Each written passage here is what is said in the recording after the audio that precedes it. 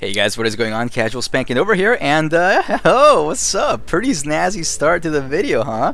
Nice new intro, courtesy of Donod FPS, link down in the description below.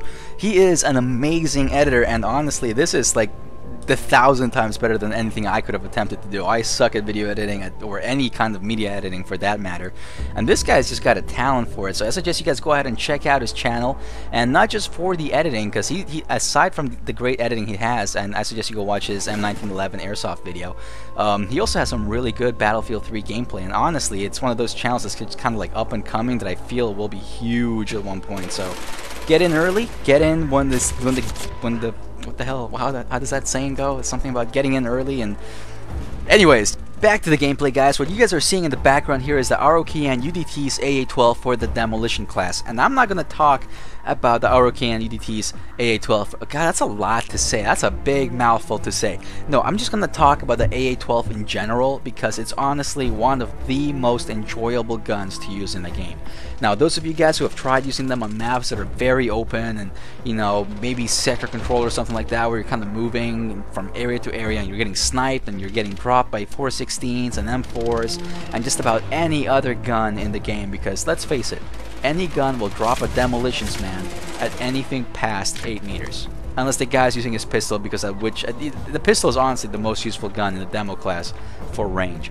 But if you're using the AA-12, like, as you guys will see here on Team Deathmatch in Novigrad Warzone, if you guys are using it on like tightly tight, and I'm saying tight a lot right now because I can't emphasize how tight the maps have to be.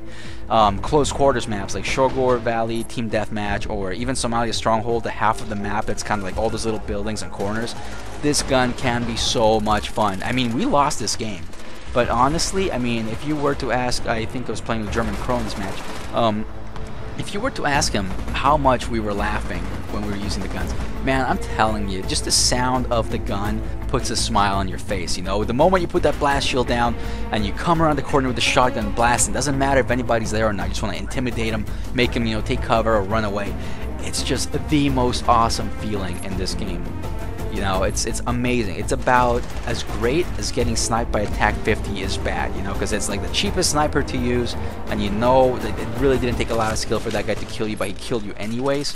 This gun, man, just the sound and the feel of it is absolutely awesome. Now, as you guys will see, I didn't exactly do poorly, and the gameplay itself is actually quite old, but I do kind of keep coming back to the AA-12. And guys, it doesn't matter what AA-12 you use, as long as you have it well optimized between range and agility.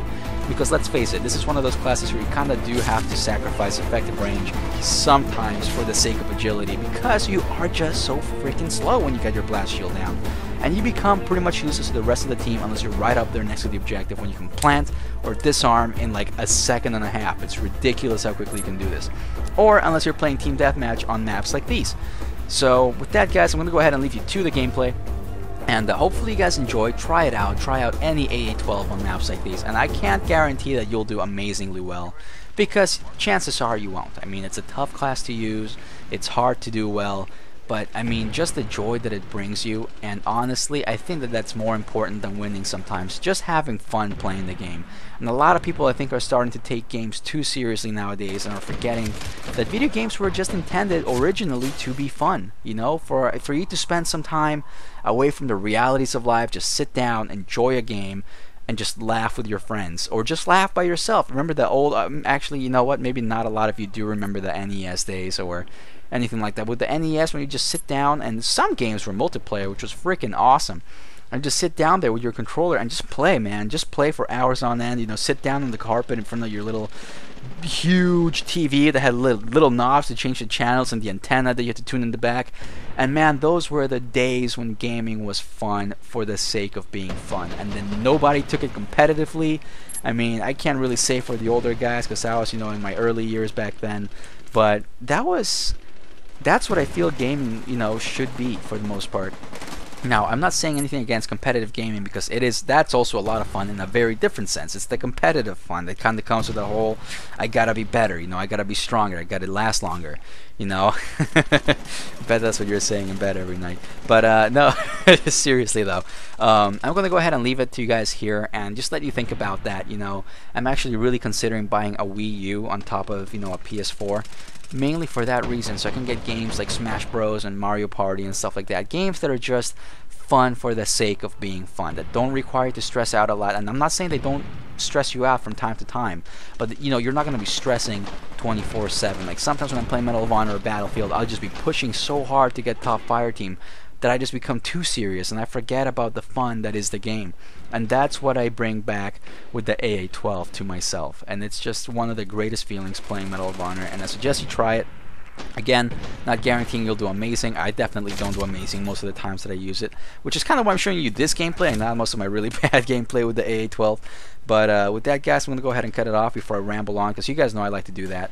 And oh, forgot to mention, I've been having some really weird dreams lately. And I've decided to just kind of, in the past couple of days, I've recently got an iPhone, right? So I just joined the Apple bandwagon, and not saying that I love Apple products, because I feel it's kind of like the same stuff repackaged over and over again. And I'm not saying, you know, Windows is any different, but Windows just feels more user-friendly and more easily updated and stuff like that. But phone-wise, I do like the Apple iPhone. It's very nice, and I really like that front-facing camera, because as you guys will see, I have this new little plan where every morning I wake up with a weird dream, I will record it and I will share it with you guys. So if that's something you guys are interested in, let me know in the comment section below, and I will start doing that. I'm also making a Facebook page, so I'll let you know when I do that as well, because I've got a Twitter right now, but I don't know how many of you actually use Twitter and Facebook. I myself prefer using Facebook, but I also kind of try to keep updated on Twitter. So I'm going to be doing that, and I'll let you guys know when all that's set up. But for now, I'll just leave you to the gameplay, guys. Think about what I said. Think about games being fun and not just competitive. And just sit down one day, you know, turn off your Wi-Fi and just play Pokemon on your Game Boy, or just play mini games on whatever game you're playing. But just sit down and enjoy the game for the game. Alright, guys, I'll catch you later. Peace.